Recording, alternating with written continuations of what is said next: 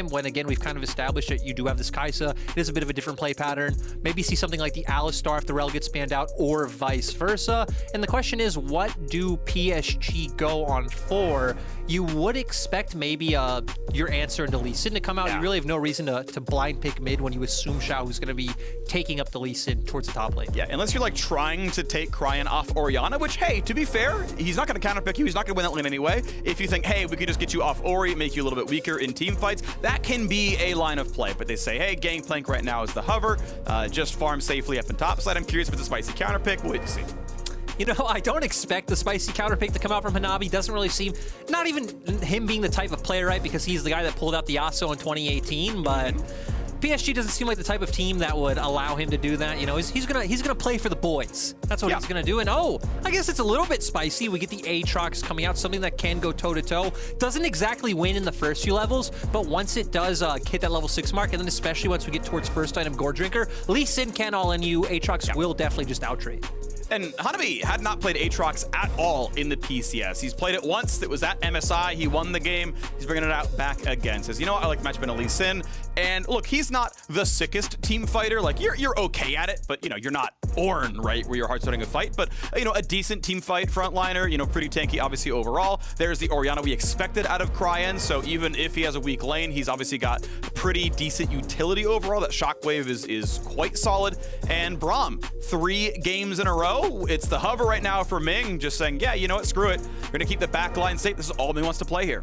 Yeah, so they're once again going to go towards this sort of composition that, again, doesn't really have a ton of engage. It's more about controlling space, as we saw in game 1. At a point, you will get to where potentially you can fight to get on objective first, but that actually really depends on what PSG lock in as the mid laner. We can once again see the Azir. We saw that worked out really well in game 1 because he was getting early prio. He did use that Emperor's Divide to set up ganks from Hanabi. I think that's something I'd prefer to see more than the Viktor, but in the end, they do go with this. Yeah, with the Azir, he was, as you mentioned, lane dominant. It allowed for the early invades. River got to take away, I believe it was the blue buff, and then overall get a few camps ahead of Wei, and that was pretty useful. But ultimately, they found themselves not able to win teamfights. And you're right, like Azir also has really good teamfight damage output, has some playmaking, which I felt like they were a bit lacking there as well. But, you know, we'll wait to see what Viktor comes out with. The one advantage is he's sort of more dynamic when like a Kaisa dives in. You can just like press Q and E and those cooldowns are ready, whereas Azir might not always have soldiers or always have the repositioning, so maybe it's a better way to sort of reach the backline damage. We'll see what happens. Yeah, and I think this composition kind of takes away that playmaking that you were just talking about from Maple, but now it is in the hands of Hanabi. We saw in game 1 that Hanabi wasn't able to find the impact that he wanted with that Gnar. He was really never able to get out from his side lane or find his way in on a flank with that Mega Gnar bar stacked up. So can Hanabi be the one that steps up for PSG this time alongside Doggo to once again take down RNG?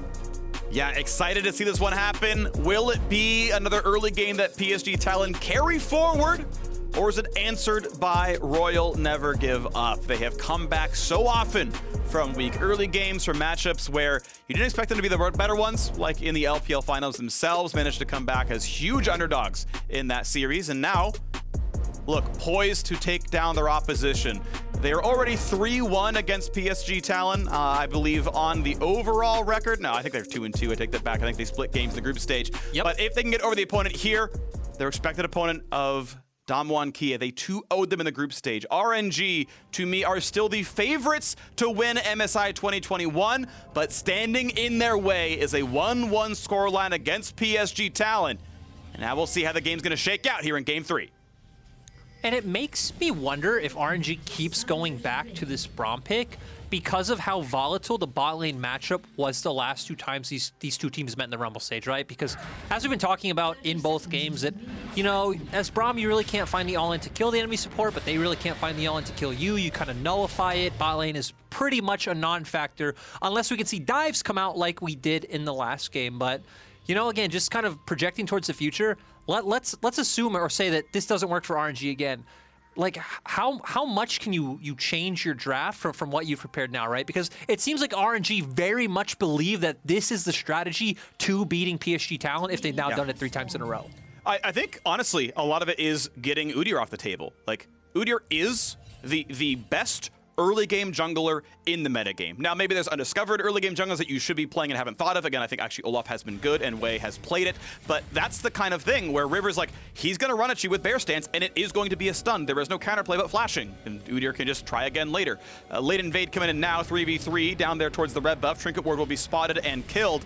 And Ming, seen walking in there. Trinket Ward comes down, but it's gotten rid of it. Now a flash backwards to stay safe, but this could be all they need. Braum is so good at level 1. Gala finds the stun, gets the pop and the plasma, but Kaiwing's Q's back up soon. Great sidestep, and now if he can just Q to the wall, he's still gonna die. First blood comes across. The late invade is turned around. Really nice play coming out from RNG. Honestly, I'm surprised that PSG went for that one because, you know, unless Wei would just arbitrarily rank his W without, you know, assuming this could happen, you could always rank your Q. You already hit on Braum level 1 being one of the strongest in the game. Yeah. And then it's just so easy to turn. It's so easy for RNG's comp to turn a level 1 play like that around, but yeah, PSG went for the gamble and it did not pay off.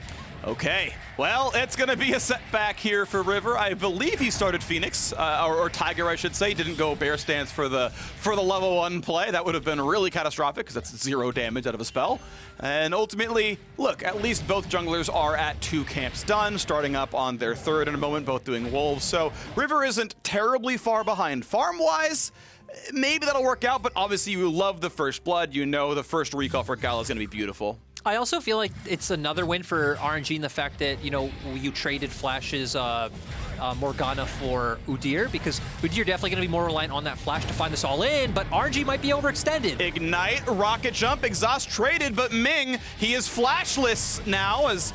Well, sorry, it's Gala who's flashless. He's on the wrong side of this one. I looked at the scoreboard wrong. They're going to find the kill. Wait, he's just running away. You got to be kidding. How do they not have the damage? Oh, RNG already 2-0 in this game. Yeah, and, you know, they even break down Xiaohu just in case. I think luckily for Xiaohu, he even pushed in his wave top. So RNG not losing out on anything to make this play. They can even keep it going.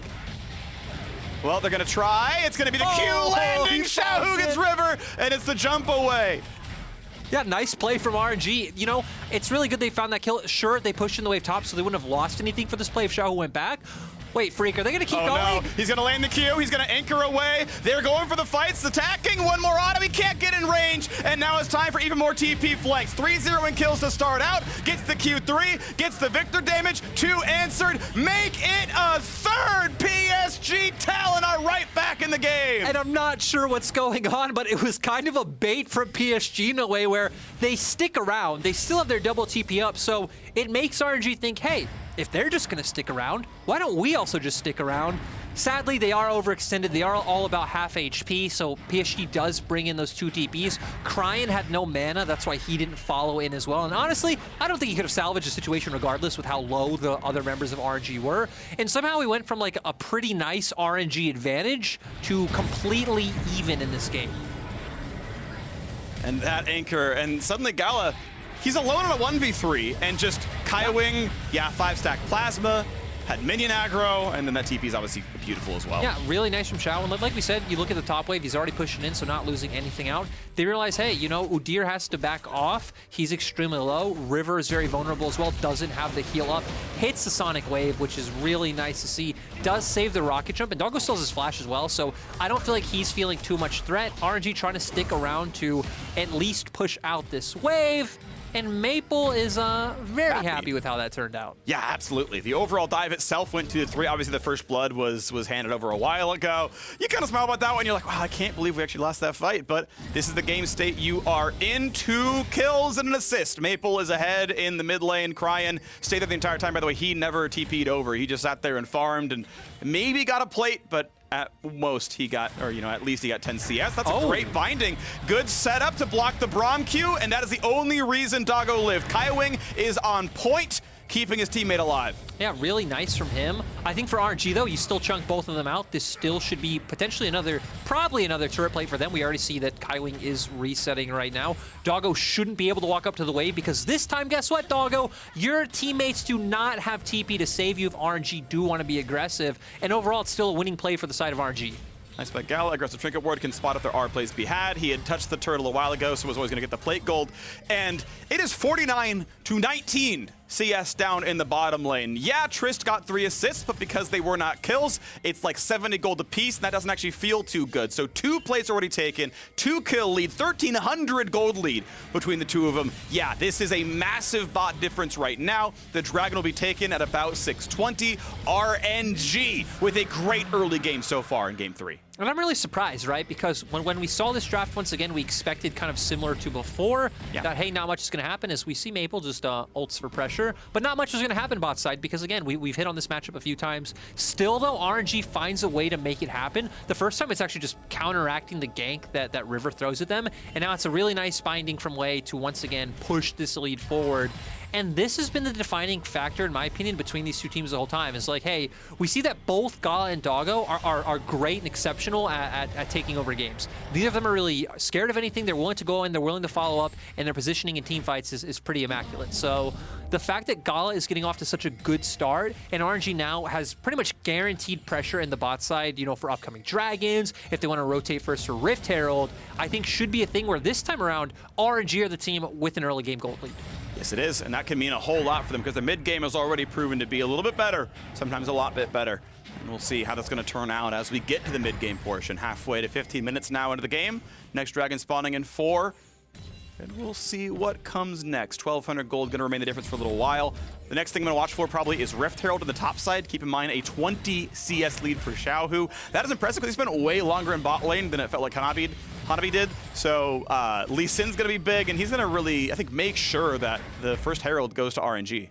Yeah, and I don't think Hanabi completely pushed in his wave, if I remember correctly, when he went for his counter dive. I think it was almost a turret, but hadn't quite hit yet. So Xiaohu really doing a good job of when he found that timing to TP as compared to Hanabi, who he didn't really have a choice, right? He had to TP right then and there if he wanted to save his teammates. But as we see on the bot side on our mini-map, River trying to get some control of bot lane. Looks like he wanted to try to find a cheeky gank, but RNG really good with their warding.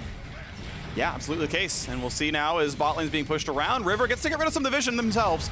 But of course, we know top side is mostly the focus for RNG. There are no objectives in this side of the map. Xiaohu playing it really, really aggressively, maybe cutting the wave, decides, okay, a bit much.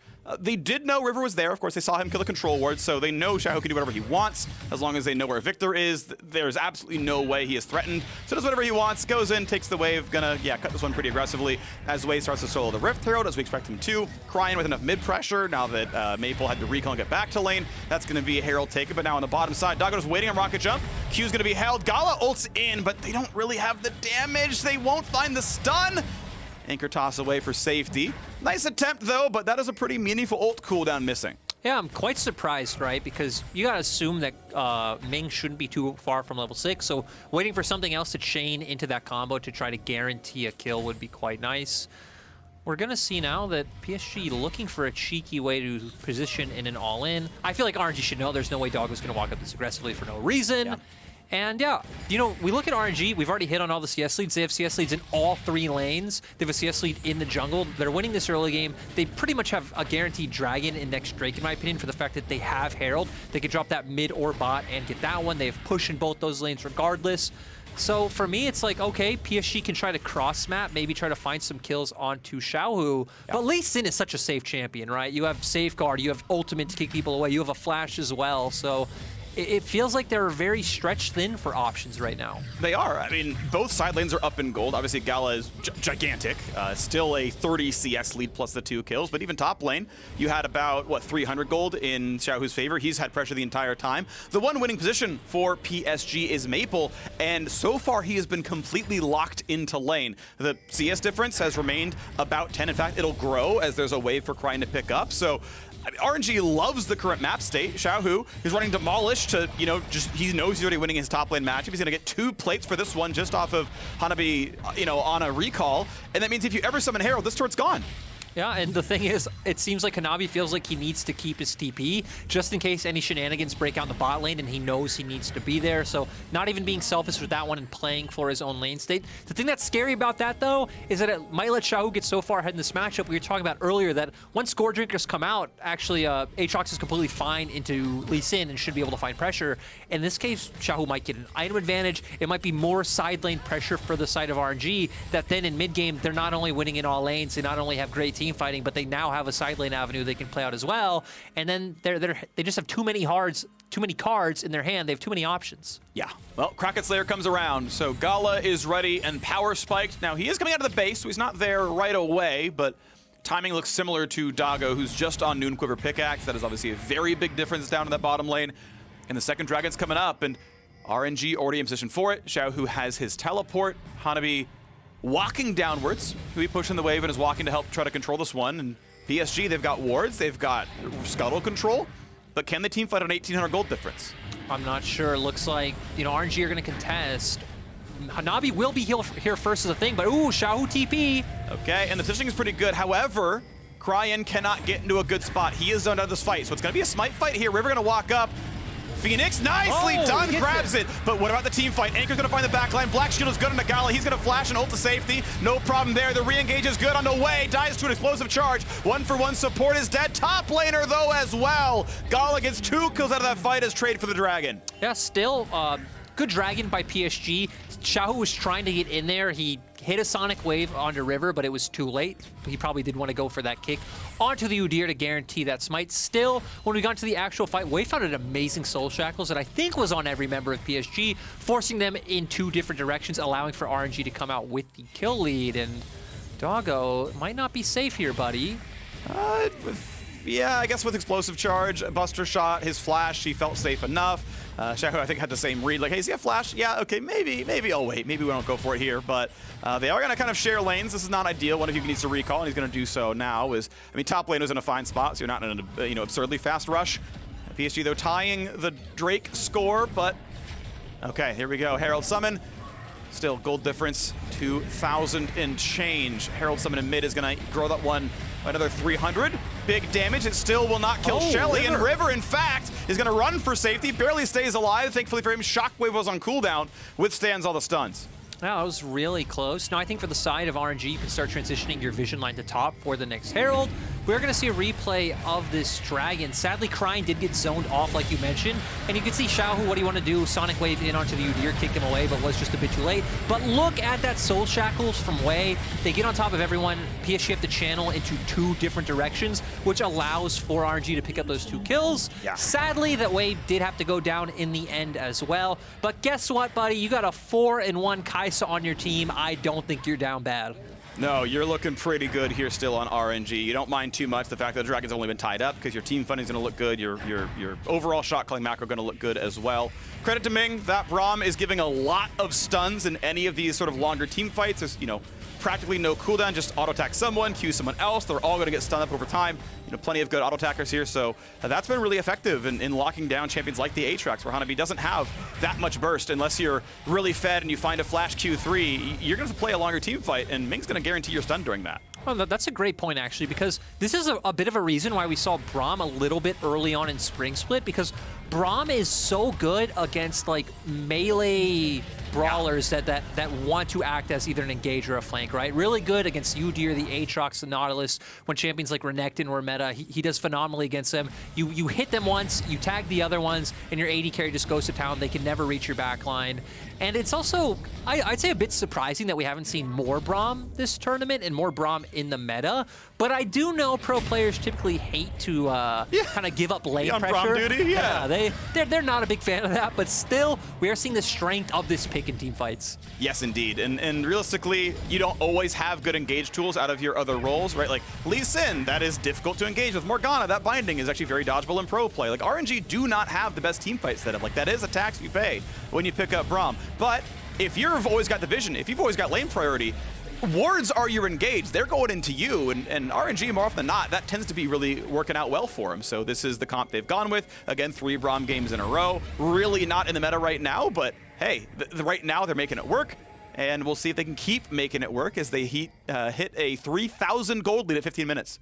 Yeah, and we're going to see them play around the top half of the map. I think PSG had a good read of trying to punish the mid lane. River, though, they're trying to posture for something. PSG technically do have more members rotating on this side of the map. Xiaohu doesn't have TP, so if PSG can find an engage, is Cryin just going to clear the wave with that ultimate? Yeah, it keeps the turtle alive. I think that's pretty reasonable. Honestly, Viktor plus Trist is good damage. That is a great binding. A kick, a Q is gonna land. It's a 2-for-0. Make it a third, and River Viktor. He's gonna dry up as well. 4 for 0. Xiaohu heard me saying Lee Sin can't engage. He sure can. Wei skill shots are so on point with this Morgana today. Yeah. I love Xiaohu following up as well. We know that that's what Xiaohu does. Xiaohu is so fearless finding these plays. And guess what for RNG as well? They even still have the Rift Herald for, you know, any upcoming plays. Dragon's up in 30 seconds. They already have about a 7K gold lead at 16 minutes. This game feels a little bit close to done and dusted. This one